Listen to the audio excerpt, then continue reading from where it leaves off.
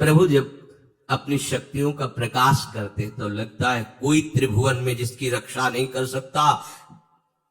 उसकी रक्षा के लिए मां भवानी दुर्गा अपना भयानक रूप धारण करके महिषासुर आदि दैत्यों का मर्दन करती है। प्रभु है उस रूप में, दूसरा नहीं है। उनकी सामर्थ्य कितनी है? दुर्गा कोटि अमित अरिमर्दन। हरि की सामर्थ्य कैसी? अमित दुर्गाओं जैसी। 1 करोड़ अरब नहीं, अमित दुर्गाओं जैसी दुष्टों का मर्दन करने की सामर्थ्य। अमित था नहीं कि कितनी सामर्थ्य है। एक दुर्गा रूप में जब हरि प्रकाशित होते हैं तो त्रिभुवन में कोई सामने खड़ा होने वाला नहीं होता। मां भवानी जिस समय अपने स्वरूप में आती किसी की ताकत नहीं है। ये शुंभ निशुंभ इतने बलवान दैत्य थे, त्रिभुवन में कोई इनका बाल बांका भी नहीं कर सकता था। स्मरण किया समस्त देवताओं ने तो भगवान से ही शक्ति का प्रादुर्भाव हुआ। इतना सुंदर रूप मां भगवती का। शुंभ निशुंभ के पार्षद घूमते रहते थे, उन्होंने देखा, जाके बताया कि आपके महल में जितनी सुंदरियां उसकी दासी बनने योग्य भी नहीं, ऐसी सुंदरी का हमने दर्शन किया। बोले मेरा जाके परिचय बताओ। बोले ऐसा नहीं लगता कि आपके परिचय बताने से केवल आ जाएंगे। तो उनका अगर ऐसा नहीं तो केश कर्षण निर्धुता गौरवा मां गरिष्यति। उसके गौरव को धूल में मिलाते हुए बाल पकड़कर घसीट कर हमारे पास लाओ। मार्कंडेय पुराण। उनके पार्षद गए और बताया हमारे मालिक शुंभ निशुंभ है, उनका आदेश है कि आप महल में चलो और आदर सहित, अगर आप ऐसा ना करते हैं तो मैं आपका निरादर करते हुए बाल पकड़कर घसीटते हुए ले जाऊंगा। देवी जी ने मुस्कुरा दिया और कहा अपने मालिक से कह दो जाकर के कि हम उसी की आज्ञा पालन करती है जो हम पर युद्ध में विजय प्राप्त कर ले। वो जाके बोले हाँ वो तो मत वाले, त्रिभुवन में कोई जोड़ ही नहीं था। आए और उद्दंडता पूर्वक वचन बोलने लगे। माता जी ने कहा तब तक बोल ले जब तक मैं मधु का पान कर रही हूं। बस ये पान करते ही तेरी जीवन लीला समाप्त हो जाएगी। ऐसा ही हुआ। जो ही पान करके सिंह पर सवार होकर गर्जना की, सारा का सारा अहंकार धूल दूषित होकर काट के फेंक दिया। ऐसी अनंत अमित दुर्गाओं जैसी सामर्थ्य हमारे प्रभु श्री हरि में, अमित दुर्गाओं जैसी, क्योंकि अनंत शक्तियों के स्वामी हैं। उनकी लीला में क्यों में हो? अरे वो जब करुणा करते हैं, अपनी महिमा से उतरते हैं, तो भक्त जब ऐसे कर देता है तो डरप जाते हैं। माधवदास बाबा ने कहा नहीं चलना तुम्हें ब्रज में, हम तुम्हारी कहां तक सेवा देखेंगे, तुम्हें बाल भोग राजभोग। बाबा जी हैं, कभी मिला कभी यही रहो। वो बाबा आपके बिना नहीं रह सकते। दोबारा बोल नहीं पाए जगन्नाथ। ये सुन करके हृदय बलिहार होता है। ओ ऐसे सामर्थ्यशाली प्रभु अपने भक्त के प्रेम प्रणय पर भी कितना डरते हैं। ये भक्त नाच पड़ता है। ये कुतर्क की संशय की वृत्ति यहां प्रवेश नहीं करती। दुर्गा कोटि अमित अरिमर्दन। अमित गिनती नहीं, ऐसी अनंत दुर्गाओं जैसी शक्ति हमारे प्रभु में विराजमान है। शक्र कोटि सत सरिष विलासा। आहा अरबों इंद्र जैसा विलास प्रभु में। अरबों, एक इंद्र त्रिभुवनपति है। अरबों इंद्र के समान प्रभु का ऐश्वर्य है। और नव शत कोटि अमित अवकाशा, जिस एक आकाश के लिए गरुड़ जी से कह रहे हैं कि मच्छर से लेके आप तक उड़ते हो पार पाए। बोले ऐसे अरबों आकाश के समान अवकाश है प्रभु में। मरुत कोटि सत विपुल बल। रवि सत कोटि प्रकाश। शशि सत कोटि सुशीतल। समन सकल भव त्रास। अरबों पवन के समान महान बल है। अगर त्रिभुवन में कोई बल है तो पवन में बल है, वायु बल। बड़े बलवान देवता, बल में इनके समान कोई नहीं। इन्हीं के अंश से प्रकट होते पवन पुत्र हनुमान। और इन्हीं के अंश से प्रकट होते पवन पुत्र भीम, बेजोड़ बलशाली महात्मा। दोनों महात्मा बेजोड़ बलशाली। जयगिर चरण दे हनुमंता, चले सुगा पाताल तुरंता। जिम अमोघ रघुपति कर बाना, ये ही भांति चले हनु। किलकार दे तो राक्षसियों के गर्भ गिर जाते थे। ऐसे महान बली हनुमान जी। और भीम का क्या कहना है? जब ये देव पुष्प उड़ करके आया और द्रौपदी जी को दिया गया, तो द्रौपदी जी ने कहा इसका जोड़ होना चाहिए इस पुष्प का। सबसे कहा पर किसी ने नहीं सुना। भीम ने कहा कहीं भी मिलेगा मैं इससे लाएंगे। ऋषियों ने समझाया कि आगे मत बढ़ो, ये यक्षों की भूमि है, युद्ध हो जाएगा और तुम्हें तैयारी करनी है हस्तिनापुर के लिए, और तुम इधर।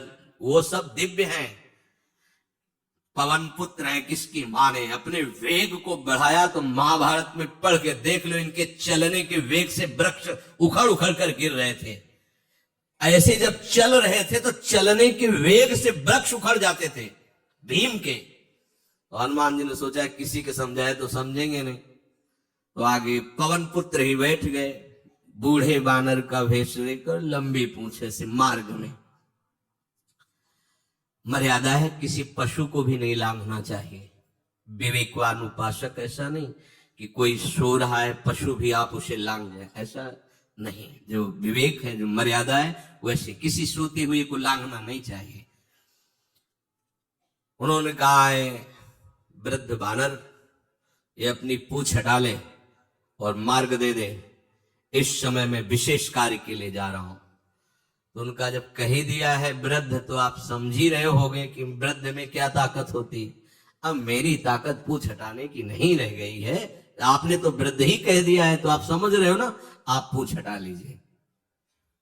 कहा हमारी आज्ञा की अवहेलना करें, ऐसे उठी नहीं, दोनों हाथ लगाया, नहीं उठी, पूरी ताकत लगा दी। पवन पुत्र भीम की पूरी ताकत लग गई, पूछ जरा से भी नहीं। हाथ जोड़ के खड़े बोले हम समझ गए हमारे बड़े भ्राता आप हनुमान जी हैं, क्योंकि ऐसा कोई बानर सृष्टि में पैदा नहीं हुआ कि मैं उसकी पूंछ ला हिला सकूं। मैं समझ गया। तो मुस्कुराए और बैठ के बोले हमारी आज्ञा मानो, इस मार्ग में मत जाओ, ये देव मार्ग है। ऐसे से सिद्ध है कि आपका अपराध बन जाएगा, आप शाप से युक्त हो जाएंगे, इसलिए मैं आपको मना। बोले प्रभु जब आप कृपा करके आए हो तो हमें वो रूप दिखा दो जो लंका में आपने रूप दिखाया। बोले मत उस बात की चर्चा करो, रहने दो। बोले प्रभु एक बार देखना चाहता हूं कि मेरा बड़ा भाई कितना बलवान है। हनुमान जी ने कहा फिर देख लो। कनक भूधराकार शरीरा, समर भयंकर अति बल। कांप गए भीम जी, हाथ जोड़ बोले भीम स्वर्णिम कांति, वो भयानक उनका रुद्र रूप, कांप गए भीम, कांप गए। तो वायु में अगर बल में देखा जाए तो सबसे ज्यादा वायु बलवान है।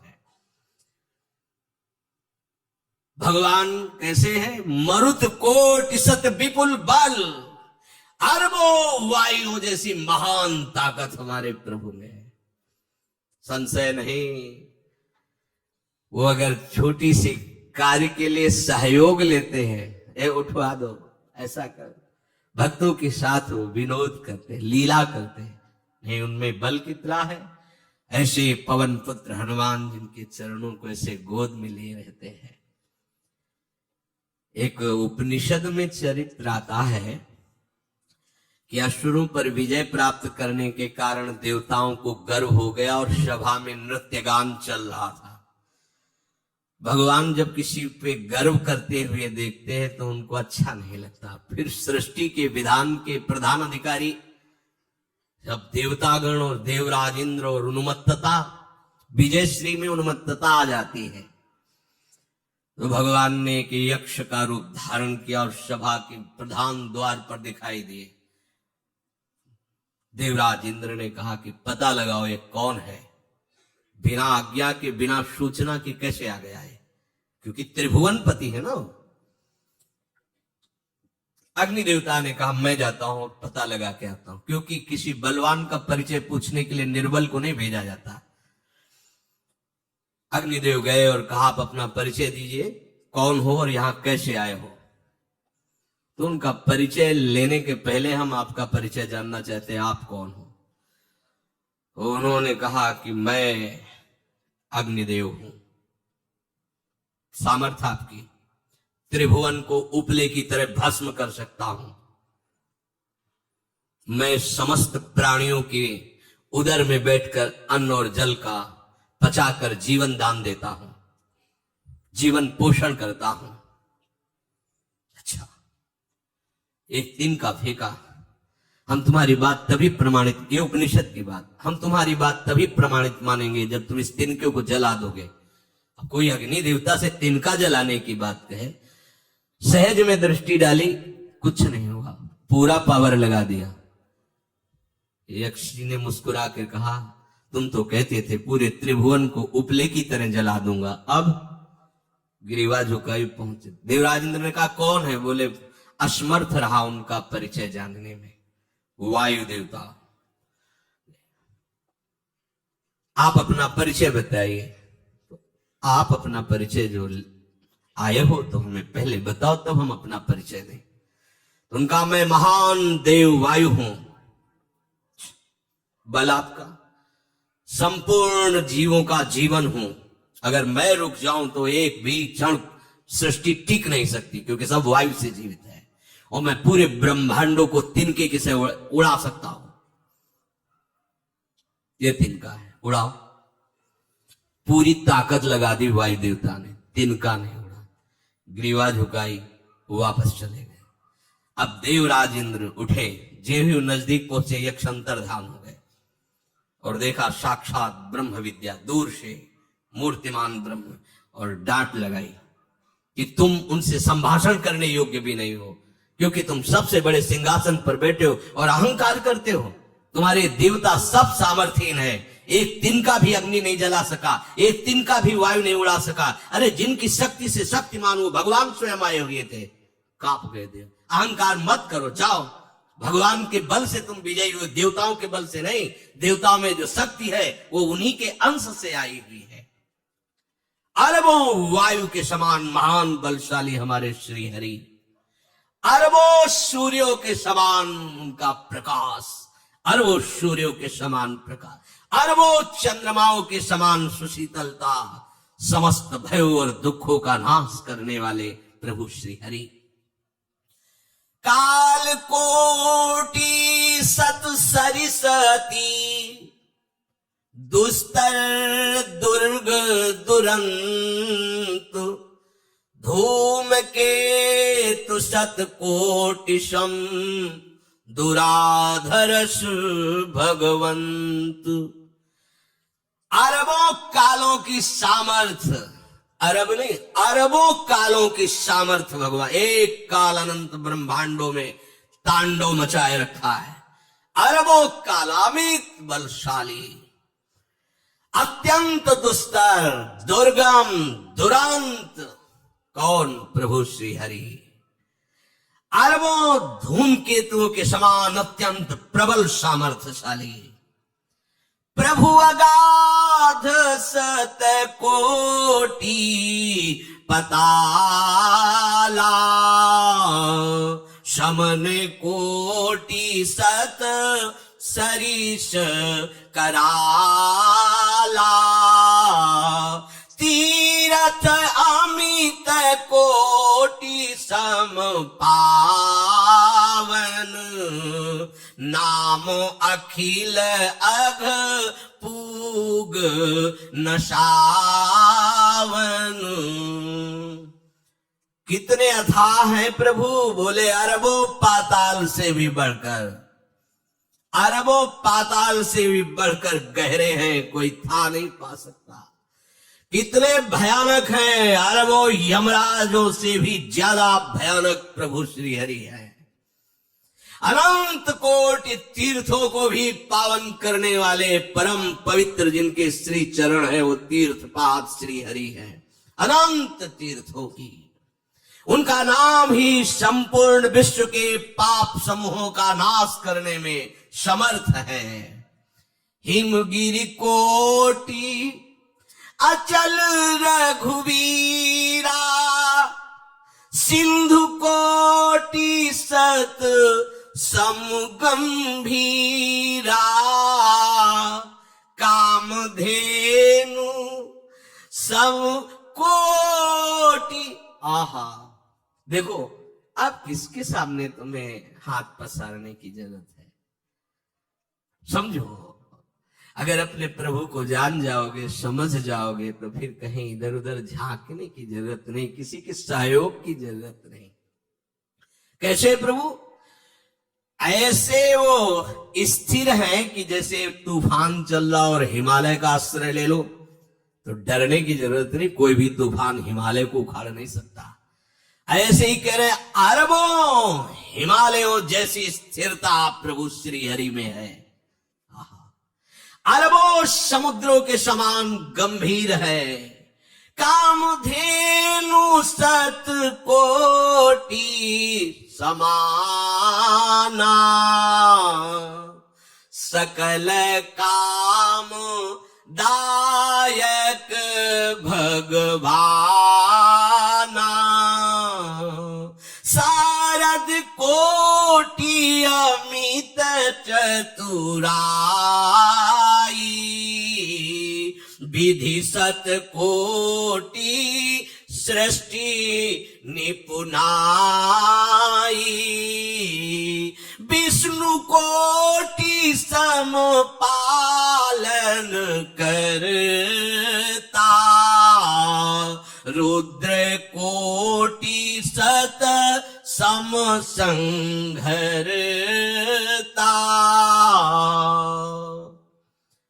अरबों कामधेनुओं के समान प्रभु श्री हरि है। एक कामधेनु मिल जाए तो निहाल हो जाए, है हमारे श्री हरि कैसे? अरबों कामधेनुओं के समान है। इच्छित कामनाओं की पूर्ति कर दे उसे कामधेनु कहते हैं। प्रभु में कितनी चतुरता है! अनंत कोटि सरस्वतियों की एक सरस्वती ब्रह्मांडों का संचालन करती है, बुद्धि के अधिष्ठात्री देवी हैं। और यहां क्या हमारे श्री हरि अनंत कोटि सरस्वतियों की चतुराई समाई हुई है। अरबों ब्रह्माओं के समान सृष्टि रचने में समर्थ। एक ब्रह्मा प्रकट कर दिया, एक वैभव प्रकट हो गया। अरबों ब्रह्माओं जैसी सामर्थ सृष्टि रचना की प्रभु में है। आहा, और अरबों विष्णुओं के समान पालन करने की सामर्थ प्रभु में है। अरबों शंकर के समान संहार करने की सामर्थ्य प्रभु में है। धनद कोटि सत सम धन वाना, माया कोटि प्रपंच निधाना, भार धरन सत कोटि अहिसा, निरवधि निरूपम प्रभु जगदीसा। अरबों कुबेरों के समान धनवान है। अरबों मायाओं के समान सृष्टि करने में सामर्थ्यशाली है।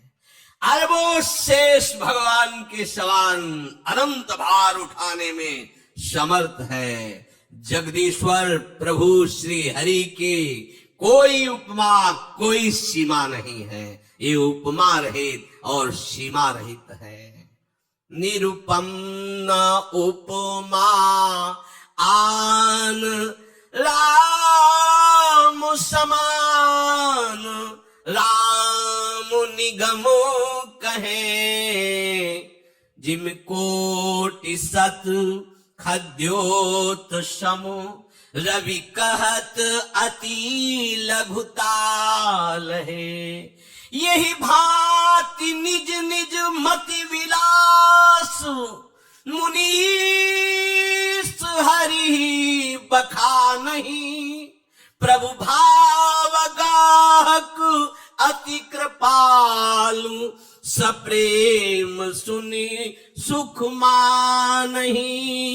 प्रभु भाव गाहक अति कृपालु सप्रेम सुनी सुख मानहि। प्रभु श्री हरि उपमा रहित है, उनकी कोई अनंत ब्रह्मांडों में किसी से उपमा नहीं दी जा सकती। प्रभु के समान केवल प्रभु हैं, ऐसा वेद कहते हैं। अरबों जुगनियों के समान यदि सूर्य को कहा जाए तो सूर्य का अपमान होता है, सम्मान नहीं। ऐसे ही जो अभी तक वर्णन किया गया उसको समझो। अरबों जुगनुओं के समान यदि सूर्य को कहा जाए तो सूर्य की प्रशंसा नहीं, एक तरह से अवहेलना है। आहा, इसी प्रकार अपनी बुद्धि के विकास के अनुसार मुनीश्वर, अपनी बुद्धि के विकास और प्रकाश के अनुसार मुनीश्वर प्रभु का वर्णन करते हैं। गुण महिमा नाम बल पर था कोई नहीं पाओ, आज तक कोई था नहीं। ऐसे प्रभु की लीला में कोई कुतर्क, कोई संशय, अब वो क्या बुद्धि है उसका खुद विचार करे।